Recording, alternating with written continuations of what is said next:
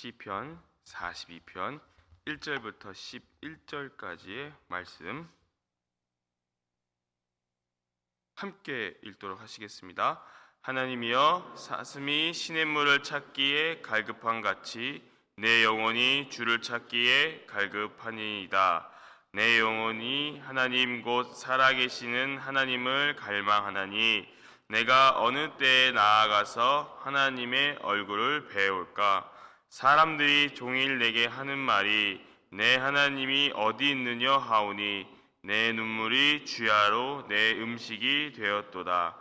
내가 전에 성의를 지키는 무리와 동행하여 기쁨과 감사의 소리를 내며 그들을 하나님의 집으로 인도하였더니 이제는 이 일을 기억하고 내 마음이 상하는도다.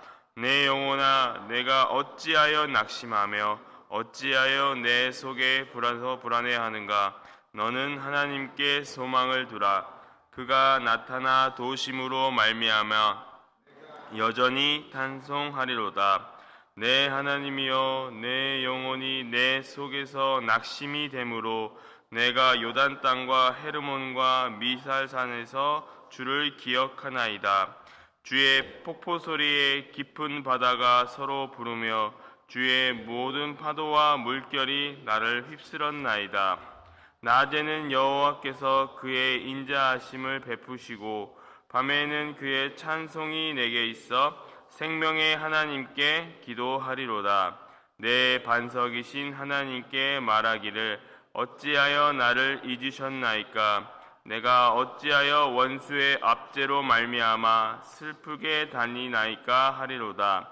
내 뼈를 찌르는 칼같이 내 대적이 나를 비방하여 늘 내게 말하기를 내 하나님이 어디 있느냐 하도다. 내 영혼아, 내가 어찌하여 낙심하며 어찌하여 내 속에서 불안해하는가? 너는 하나님께 소망을 두라. 내 하나님 말미암아 내 하나님을 여전히 찬송하리로다. 아멘. 오늘 본문 시편 42편은 고라 자손들이 마스길이라는 곡조에 맞춰 부른 노래입니다. 노래이기 때문에 1절, 2절 후렴구가 존재합니다. 시편 42편 1절부터 4절까지를 노래로 따지면 1절, 그 다음에 6절에서 10절까지가 2절, 그리고 5절과 11절이 각각의 후렴구라고 보시면 됩니다. 1절에서 우리가 잘 알듯이 목마른 사슴에 비유하여 시인은 노래하고 있습니다. 이 노래를 지은 시인은 하나님을 갈망하고 있습니다. 마치 사슴이 시냇물을 찾듯이 말이죠. 그냥 단순히 사슴이 시냇물을 찾는 것으로 끝이 아니라 물 한 모금이라도 먹지 않으면 당장이라도 숨이 멎을 것 같은 그런 심정으로 시냇물을 찾고 있습니다. ESV 성경에서도 단순히 목마르다라는 thirsty의 개념이 아니라 팬트라는 개념을 쓰고 있는데요. 그 의미를 찾아보니까 갈망하다, 헐떡거리다는 의미로 번역이 되어 있습니다. 지금 시인은 이 사슴처럼 정말 끊어질 듯한 심정으로 하나님을 보기 원하고 있습니다. 왜 시인은 이렇게 하나님을 갈망하고 있을까요? 그 이유가 바로 3절에서 찾을 수 있는데요. 사람들이 종일 내게 하는 말이 네 하나님이 어디 있느냐 하오니 내 눈물이 주야로 내 음식이 되었도다. 지금 원수들이 하나님을 조롱하고 있습니다. 그 원수들이 누구인지는 이 시편에서 정확하게 나와 있지는 않습니다. 아마도 지금 시인은 하나님의 성전을 멀리 떠나서 잡혀있는 상황에서 원수들이 이 시인의 믿음을 뿌리째 흔들고 있는 것 같습니다. 내 하나님이 어디 있느냐라고 묻는 의도는요, 정확하게 비웃음 혹은 빈정거리는 듯한 의도를 담고 있습니다. 즉, 너의 하나님은 없다, 너를 도우실 하나님은 없다라는 조롱을 담고 있죠. 이런 조롱을 듣는 시인의 마음은 어떻겠습니까? 그러한 조롱과 빈정거림에 대해서 시인은 얼마나 답답하게 느껴지시겠습니까? 오죽하면 3절 하반절을 보시면 이렇게 기록되어 있습니다. 내 눈물이 주야로 내 음식이 되었도다. 그래서 시인은 4절에서 예전에 즐거웠던 그 시간들을 상상하기 시작합니다. 그런데 시인은 4절을 마지막에서 이렇게 말하고 있습니다. 이제 이 일을 기억하고 내 마음이 상하는도다. 내 마음이 상하는도다. 지금 시인은요, 자신의 마음이 상했다는 것에 대해서 탄식하고 있습니다. 예전에는 하나님을 찬양하고 하나님의 집에서 예배를 드릴 수 있었지만 지금은 그렇게 하지 못하는 현실 때문에 너무나도 답답한 것이죠. 근데 시인은 내 마음이 상하니까 다시 이렇게 얘기를 합니다. 믿음으로 힘을 내라고 스스로 격려하고 있습니다. 그것이 오늘 본문 5절입니다. 내 영혼아, 네가 어찌하여 낙심하며 어찌하여 내 속에서 불안해하는가? 너는 하나님께 소망을 두라. 그가 나타나 도우심으로 말미암아 내가 여전히 찬송하리로다.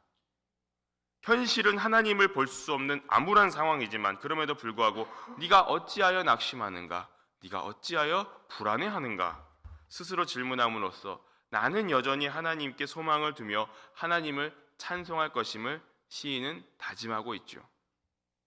시인은 고통 가운데서도 하나님만 바라본다고 결심하는 것이 그가 하나님의 도우심으로 하나님을 다시 볼 수 있을 것을 확신하고 있기 때문입니다. 이러한 절망의 탄식이 기쁨의 찬양으로 바뀌고 있는 것이죠. 그런데 시인은 다시 하나님께 부르짖습니다. 그것이 오늘 본문 6절인데요.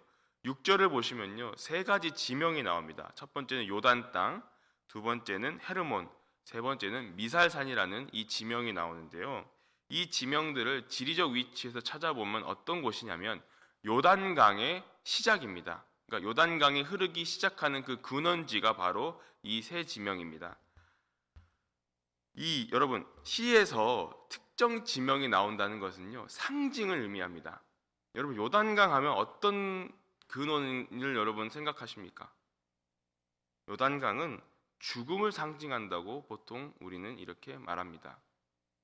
즉, 시인 역시 이 나의 영혼이 갈수록 낭망하기 때문에 내가 죽음 가운데서 주님을 기억하려고 한다는 것이죠. 그만큼 시인의 절박함이 이 6절에서 드러나고 있습니다. 근데 왜 죽음 가운데에서 시인은 하나님을 기억하려고 합니까? 그 이유가 바로 7절에 나오고 있습니다. 7절에서 이렇게 기록하고 있지요. 주의 폭포 소리에 깊은 바다가 서로 부르며 주의 모든 파도와 물결이 나를 휩쓸었나이다. 히브리어로 이 휩쓸었나이다라는 이 단어를요, 히브리어를 아바르라고 번역하고 있는데 이 의미는요, 넘친다는 의미입니다. 넘쳐. 그러니까 물을 흘렀을 때, 물이 컵을 담았을 때 물이 흘러 넘친다는 의미죠. 그만큼 엄청나게 많은 양을 의미합니다. 이 폭포와 바다와 파도와 물결들이 나에게 넘치듯이 밀려온다는 것이죠. 지금 자신에게 시련이 넘쳐 흘러서 죽음 가운데 서기 직전까지 오는 낙심과 절망에 빠져 있음을 시인은 노래하고 있습니다. 그래서 이 죽음 가운데 같은 이 상황 가운데서 하나님을 기억하려는 것입니다.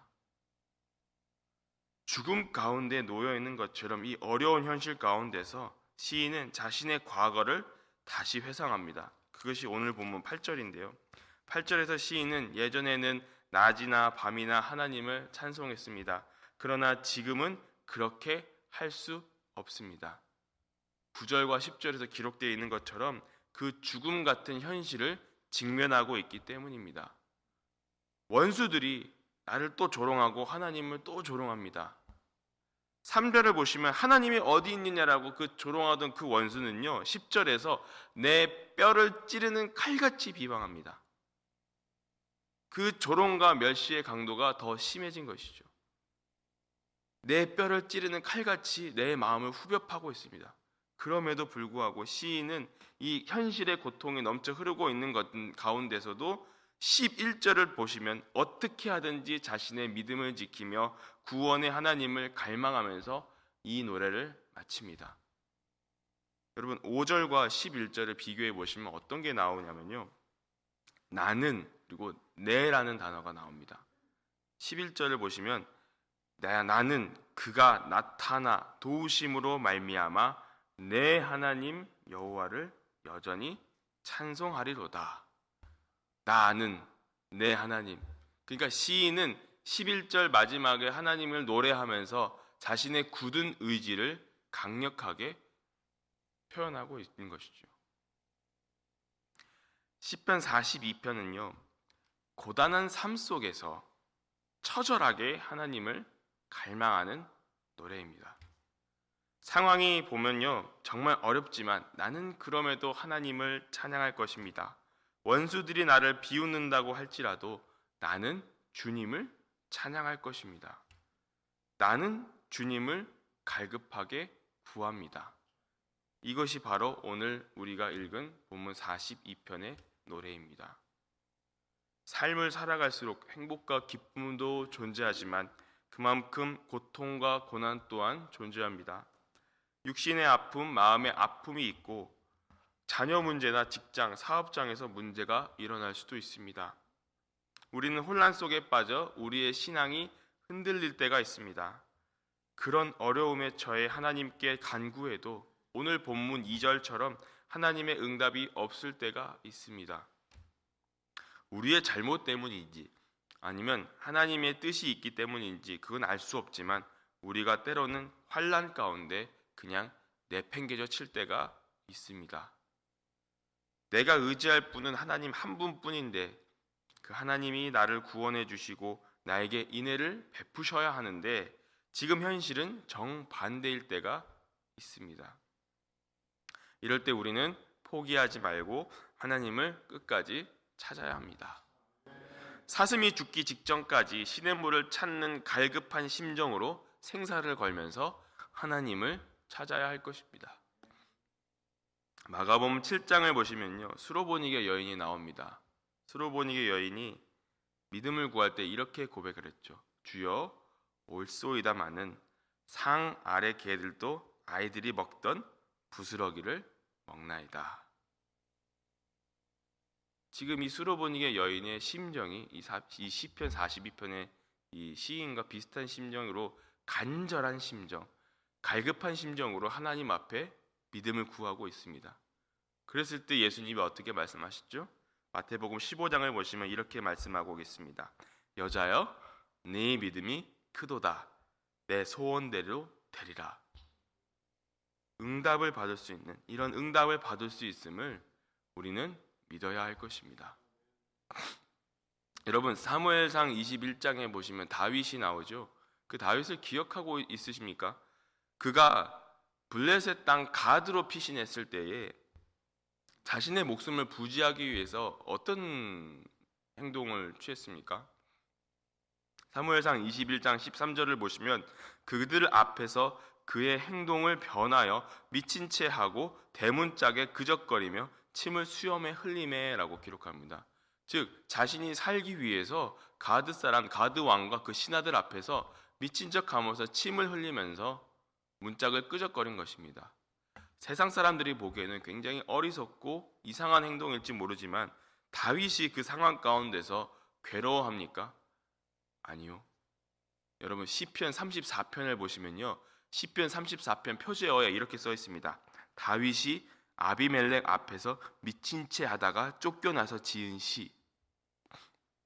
무슨 말이냐면 다윗이 이 아비멜렉이 이 가드왕 아기스를 얘기하는데요, 이 가드왕 아기스 앞에서 자기가 미친 척하면서 막 이렇게 미친 척하면서 쫓겨난 다음에 그 다음에 지은 시가 바로 시편 34편입니다. 근데 여러분 시편 34편 집에 가서 한번 읽어보십시오. 첫 번째 절에서 뭐라고 이야기를 하냐면 이렇게 노래합니다. 내가 여호와를 항상 송축하며 내 입술로 항상 주를 찬양하리이다. 사무엘상을 보시면요, 여러분 다윗은 도망자 신세입니다. 언제 죽을지 모르는 신세인데 그 도망자 가운데서도 괴롭고 너무나도 처절한 상황이지만 그럼에도 다윗은 하나님께 찬양할 것임을 다짐하고 있는 것이죠. 시편 42편의 시인의 고백처럼 너는 하나님께 소망을 두라. 소망을 두지 않으면, 하나님 앞에 소망을 두지 않으면 이런 믿음의 고백이 나올 수 없음을 우리는 성경을 통해 알 수 있는 것입니다. 너는 하나님께 소망을 두라. 너는 하나님께 소망을 두라. 시인은 2번이나 고백하고 있습니다. 여러분, 우리는 하나님을 떠나서는 살 수 없습니다. 믿는 사람이기 때문에 하나님 앞에서 살 수 없는 것이죠. 하나님을 떠나서 살 수 없는 것입니다. 믿는 사람이기 때문에. 세월이 지나갈수록 의지할 분 한 분 예수님밖에 없음을 우리는 늘 날마다 고백할 수밖에 없습니다. 왜요? 우리는 믿음이 있는 사람이기 때문에. 믿음이 없으면 이런 고백조차 할 수가 없습니다. 우리는 하나님을 통해서만이 참된 이유의 존재의 이유와 가치와 삶의 참 행복을 발견할 수 있습니다. 무화과 나무가 마르고 포도 열매가 없으며 감람나무에 열매가 없을지라도 논밭에 먹을 것이 없으며 우리의 양떼가 없으며 외양간에 송아지가 없을지라도 나는 여호와로 말미암아 즐거워하며 나의 구원의 하나님으로 인하여 기뻐하리로다. 하박국의 고백처럼 지금 내 삶에 탄식밖에 남아있지 않는다 할지라도 하나님께 소망을 두며 살아갈 때 참된 자유와 기쁨과 은혜를 얻는 우리 복음 장로교회 성도님들 되시기를 주님의 이름으로 간절히 부탁드립니다. 우리 아버지 하나님 감사합니다. 우리는 주님 없이 살 수 없음을 고백합니다. 비록 지금의 상황이 탄식과 절망밖에 나오지 않는다고 할지라도 성령님의 말할 수 없는 탄식으로 우리를 바라보시고 기억하시는 주님을 간절히 바라보는 자가 되게 하여 주시옵소서. 내가 너를 고아와 같이 버려두지 않겠다고 약속하신 그 예수님의 말씀을 기억하며 성령 하나님의 도우심을 구할 때 그냥 구하는 것이 아니라 사슴이 시냇물을 찾는 간절한 심정으로 구하는 자들이 되게 하소서. 주님의 드리는 기도를 할 때 하나님 이들의 간절함을 기억하여 주시옵소서. 주님께서 모든 기도를 응답하여 주시옵소서. 몸이 아픈 자들이 있습니다. 마음의 위로가 필요한 자들이 있습니다. 그들의 기도를 들어주시고 주님께서 그들의 치료자가 되게 되어 주시옵소서. 우리가 의지할 분 오직 예수 그리스도 한 분임을 늘 고백하면서 오늘 하루를 살아갈 때 그 주님께서 충만한 은혜를 더하여 주시옵소서. 감사를 드리오며 우리를 구속해 주신 예수 그리스도의 이름으로 간절히 기도하옵나이다. 아멘.